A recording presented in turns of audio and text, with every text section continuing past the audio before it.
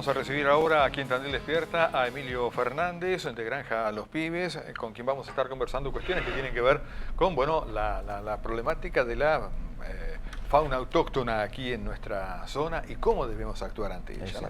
Bienvenido, ¿cómo le va? ¿Cómo está usted? Muchas gracias por la invitación. Así que no puedo ir a darle de comer a los carpinchos, ¿vos no me lo recomendarías? No, y generalizaría el término a fauna silvestre que no se puede alimentar. Ajá. Bueno, pero hay gente que va y los alimenta y después mucha gente, bueno, obviamente está a favor de esto, otros dicen lo que vos planteás, que a la fauna silvestre no se puede intervenir porque, es más, sabemos de gente que va por cuenta propia, paga veterinarios para curar alguna herida. Sí. ¿Esto está contraindicado? Sí, en realidad todo lo que es lo que tiene que ver con fauna silvestre autóctona, que es el tema de carpinchos, el tema de coipos, el tema de cualquier animal que por naturaleza estaba acá previo a nosotros, al ser humano, no tenemos que interceder en lo más mínimo porque obviamente va a haber daños en las especies, particularmente en la especie, pero también obviamente va a repercutir en lo que es el medio ambiente y obviamente puede ocasionarnos daños a nosotros también al ser humano. Esto no es que lo diga yo personalmente, esto es a nivel internacional, biólogos veterinarios científicos ya han comprobado que el alimentar a la fauna silvestre ocasiona daños sobre la especie, pero también repercute mucho sobre el ambiente. ¿Puedo ir a mimarlos?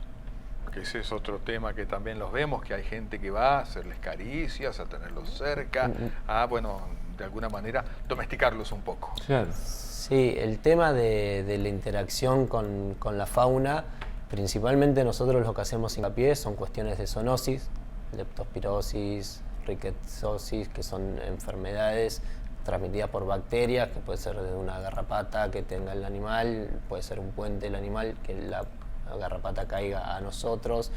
Leptospirosis también puede pasar con la orina o con las heces de los animales que están ahí, que para nosotros nos pueden ocasionar hasta la muerte. Eso le iba a decir, ha habido casos mortales de leptospirosis en el país últimamente. Antivirus, con el tema de los roedores también ha habido casos de muerte acá en la provincia de Buenos Aires. Entonces, lo principal y fundamental para mí, el que nos tiene que llevar a no querer interactuar con la fauna silvestre es cuestiones de zoonosis, ¿no?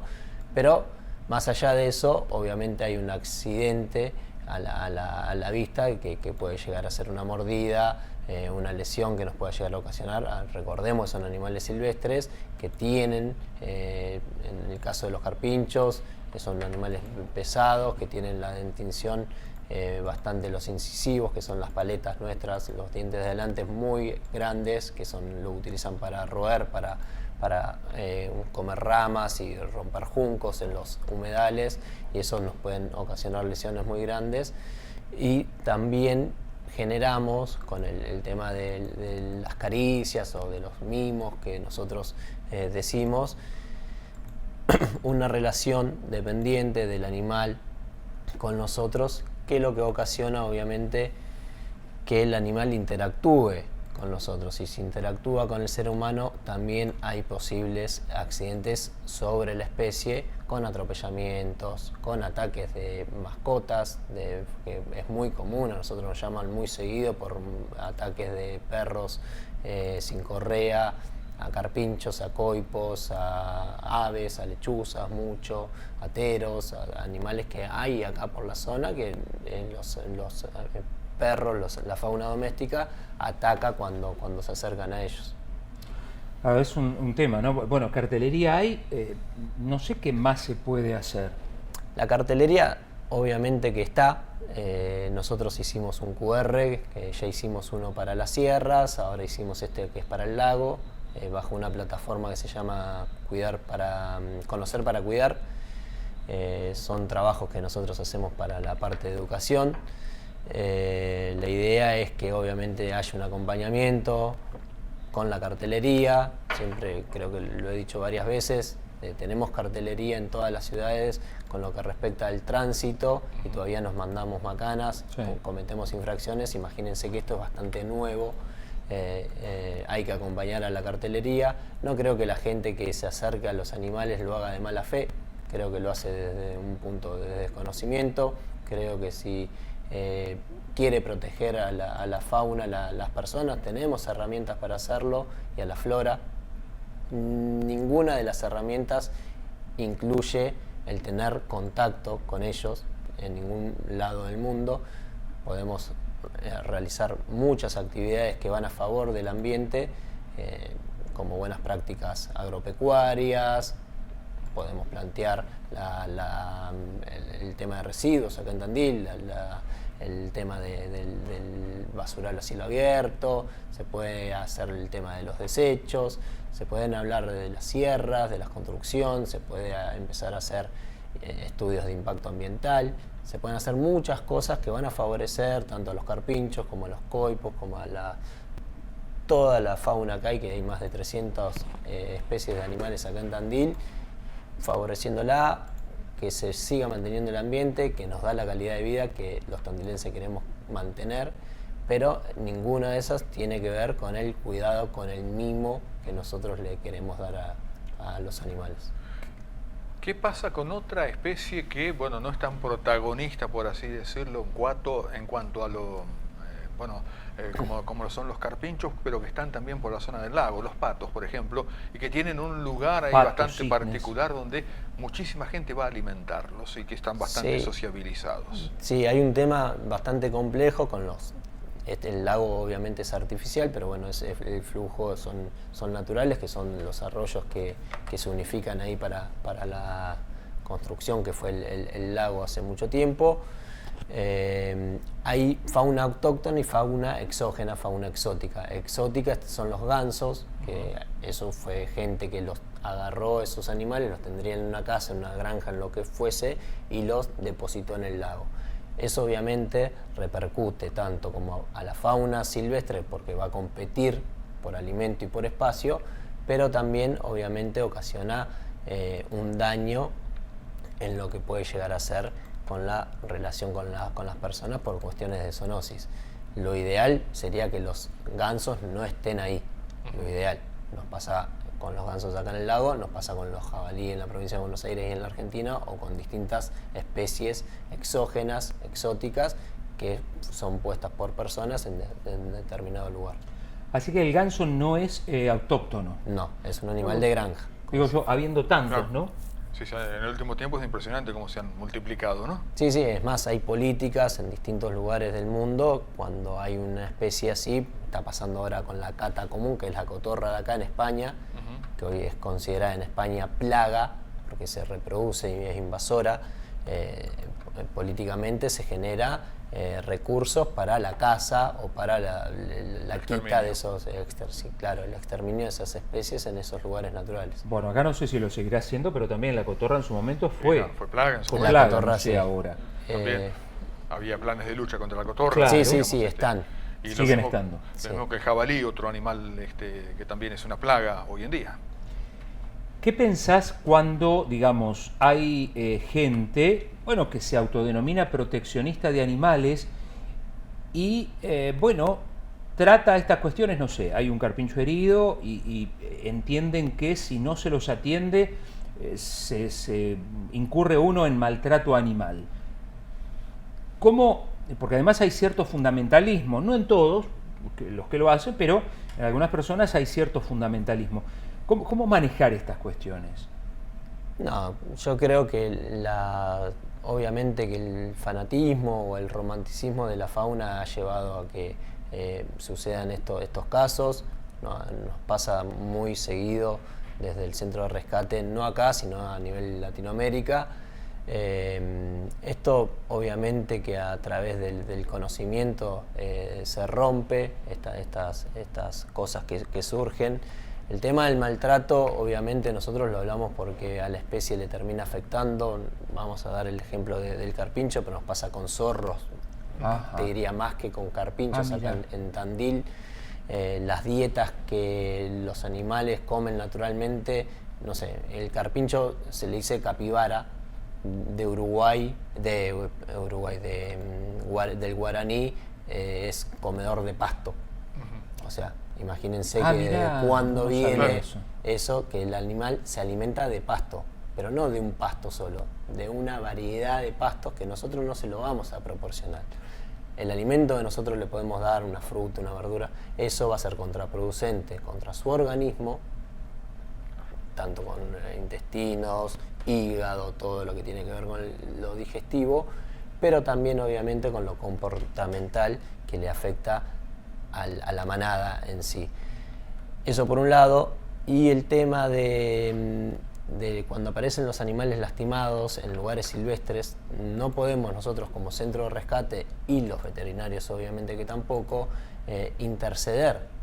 Si un animal silvestre, no sé, ¿qué me ha pasado? No ha pasado, una lechuza se está comiendo un jilguero, nosotros no podemos ir a sacarle el jilguero a la lechuza para curarla para curar el jilguero y rehabilitarlo, porque es lo natural. Lo antinatural es que nosotros intercedamos. Cuando un carpincho aparece lastimado en el lago, en un arroyo, donde fuese, lo natural es que si ese animal no se recompone solo, lo natural es que ese animal se infecte, que entren bacterias, que el animal muera, que vengan carroñeros, o sea, un peludo, un carancho, un chimango, coman de esos restos, luego que las moscas depositen larvas y que de esas larvas se terminen de comer todo lo que queda y después los hongos terminen de convertir todo lo que queda del animal en materia orgánica. Y eso nosotros no podemos interceder porque vamos a romper un eslabón de una cadena trófica. Entonces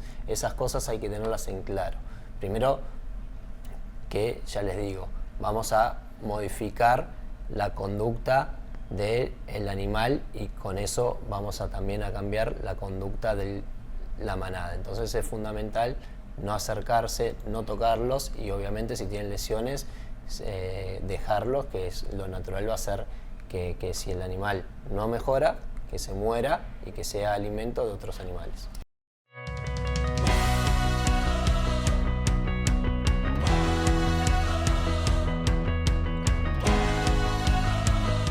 Bueno, seguimos charlando aquí con Emilio Fernández de Granja Los Pibes. Comenzábamos hablando de esta no interacción que debe existir entre los humanos y los carpinchos del dique, como así también con cualquier otro animal silvestre. Pero hablando de animales silvestres... Ajá, algunos que causan una cierta repulsión o por lo menos susto a más de uno. A mí una cierta aprehensión, Claro. le diría, se arrastran, sangre fría creo que tienen. Y bueno, ¿qué pasó durante...?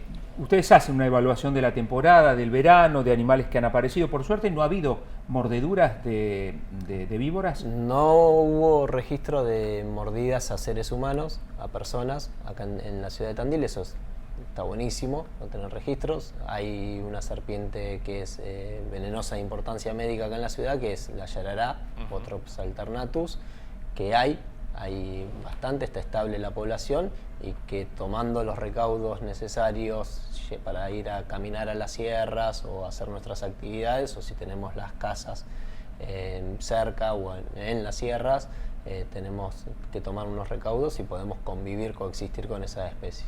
Correcto. Dijiste que no hubo mordeduras en humanos. ¿Sí la hubo en animales, mascotas, por ejemplo? Sí, en perros sí. No sé bien la cifra de este año, de este verano. El año pasado fue 46 perros que fueron mordidos por serpiente, por yarará. Son números bastante elevados que manejamos. Tenemos que rever eso como ciudadanos cada vez que vamos a las sierras o hacemos alguna caminata en la periferia de los lugares de acá de Tandil, que pasó post pandemia. ¿Qué hacemos? Largamos a los perros, les soltamos la correa en esos lugares y muchas veces buscando, olfateando, se encuentran con este tipo de serpientes y son mordidos al interactuar con ellas. ¿El hábitat de la yarará se sigue manteniendo, se ha modificado? ¿Cuál sería hoy en día? Sí, en las sierras de Tandil hay, acá todo lo que es sierra y en la parte llana también. Obviamente que las sierras han tenido su modificación, primeramente obviamente con lo que fue las canteras y hoy con la urbanización que se ha dado, se ha modificado Eso lo que ha hecho es que se ha fragmentado el ambiente natural de este tipo de animales. Entonces, obviamente, muchas veces no sé, vamos a suponer que una yarará, una serpiente, que no se mueve más de 200 metros, tiene su casa, su madriguera, su cueva debajo de una roca, y para llegar al arroyo donde bebe agua desde hace más de 10 años tiene que pasar por una casa o por una calle. Entonces ahí ya obviamente esas fracciones pasa que puede llegar a haber un accidente, que la mayoría pueden ser atropellamientos o algo, o que interactúen con una persona en una vivienda. Bien, por suerte no ha habido mordeduras, pero ustedes han tenido que actuar en varias ocasiones durante esta temporada de verano. Sí, en enero no hemos tenido muchos registros por el tema de las temperaturas y de la seca que hubo, pero lo que fue febrero y marzo sí, más de 25 casos de rescate, nosotros decimos rescate, que hemos ido a buscar este tipo de serpientes a casas, a viviendas. En los patios. Es mucho, es una cantidad importante también. Sí, no sé siempre manejamos más o menos los mismos números, pero sí, entre 25 y 35 casos siempre todos los años. ¿Le llamó la atención a alguno en particular, digo, por no sé, lejanía a sectores relacionados con las sierras o con pastos, o no? ¿Todos estaban...? No, todos más o menos, es más, hasta la especie, la yarará, que las últimas las liberamos ahora hace 2 o 3 días. ¿En qué zona para no pasar, digo? No, en la sierra. Siempre buscamos lugares obviamente alejados, no por cuestiones de que interactúen con el humano, sino para facilitarnos el trabajo futuro nosotros y no ir a buscarla después. Solamente que por eso. Pero no, lo más urbano que nos pasó creo que fue en diciembre del año pasado, en la heladería que está en 9 de julio y España, ahí creo, sí. O Alem y España. Ahí fuimos a buscar una serpiente, que es una musurana marrón, que se alimenta de yarará, que es una culebra, que la fuimos a buscar, que estaba ahí en la puerta de la heladería esa. ¿Que eran tan ricos los helados? ¿Qué onda? No, digo, perdón, el chiste. ¿Cómo llegó ese animal ahí? Fue después de una tormenta, y para mí por comunicación de pluviales ha salido ahí por una boca de tormenta. Ah, mirá qué dato eso, Sí. Para tener en cuenta, no es habitual, pero... No, pero es probable. puede suceder. Puede ocurrir eso. Sí, muy lógico por otra parte. Así que bueno, a tener en cuenta eso también en el tema, en las tormentas. Sí. Bien. Podrían alimentarse de roedores. Se alimenta particularmente, estas se alimentan de Tandil, otras ¿no? serpientes, y principalmente en esta región se alimentan de yarará, o sea que por eso vuelvo a lo mismo. No rompamos el equilibrio que mantiene el ambiente. Cualquier tipo de interacción que hagamos, desde una yarará, matando una culebra o interactuando con un carpincho, podemos llegar a alterar cualquier eslabón de la cadena trófica. Otros que tienen mala fama, por lo menos mal aspecto, son los murciélagos, y hay bastantes en Tandil. Sí, el tema de murciélagos acá en la zona, en Tandil, naturalmente habitaban en cuevas, en el cordón serrano. Hoy, con la construcción de edificios en la ciudad y los taparrollos de cortina americana son. Sí, o las de enrollar, más que nada, de enrollar. Han encontrado un lugar obviamente adecuado para vivir, con la temperatura obviamente que proporciona la ciudad, que es unos grados un poquito más elevados que el ambiente de sierra, y el alimento que se lo proporcionamos a través de las luces. Cuando se acercan a las luces los insectos, los mosquitos, los murciélagos se alimentan de mosquitos, comen mucha cantidad de mosquitos, por eso está buenísimo que estén en el ambiente. Lo que ha pasado es que usando muchos insecticidas en el campo ha bajado la cantidad de insectos en las zonas de sierras y eso, y los murciélagos también obviamente han encontrado restaurantes en lo que son las plazas y eso para poder alimentarse, y en lugar de volver a la sierra han quedado en los taparrollos. Pero es una especie que podemos convivir también tranquilamente. Pueden ser portadores de rabia como cualquier mamífero, les afecta la rabia como cualquier mamífero. Lo que hay que hacer, obviamente, que es fundamental, vacunar a nuestras mascotas. Vacunando a nuestro perro y a nuestro gato vamos a romper el puente de que puede llegar a pasar que la rabia pueda llegar a ser pasada desde el murciélago a través de la saliva hacia nuestra mascota y de nuestra mascota hacia nosotros. Son muy poquitos casos a nivel mundial de que un murciélago muerda a una persona, porque obviamente nosotros no queremos tocarlo, ya nos da impresión por cultura, le tenemos bastante impresión, pero obviamente si vemos un murciélago de día o con movimientos extraños en el suelo, podemos pensar que tiene rabia y obviamente no hay que interactuar, hay que llamar a bromatología, bomberos, policía, lo que sea que se nos ocurra en ese momento para que retiren el animal rápidamente de ahí. Clarísimo. Siempre muy didáctico, Emilio, muchas gracias por haberte molestado. Bueno, te estaremos llamando y a disposición para lo que necesites. No, gracias a ustedes.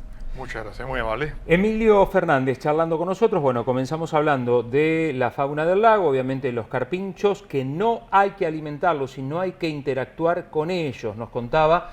Y bueno, terminamos hablando de serpientes, una que apareció en una heladería. Exactamente. Aparentemente En el centro. Claro. Aparentemente puede haber venido por algún pluvial, en alguna tormenta, y las yararas que han tenido 25 o 26 rescates durante febrero y marzo.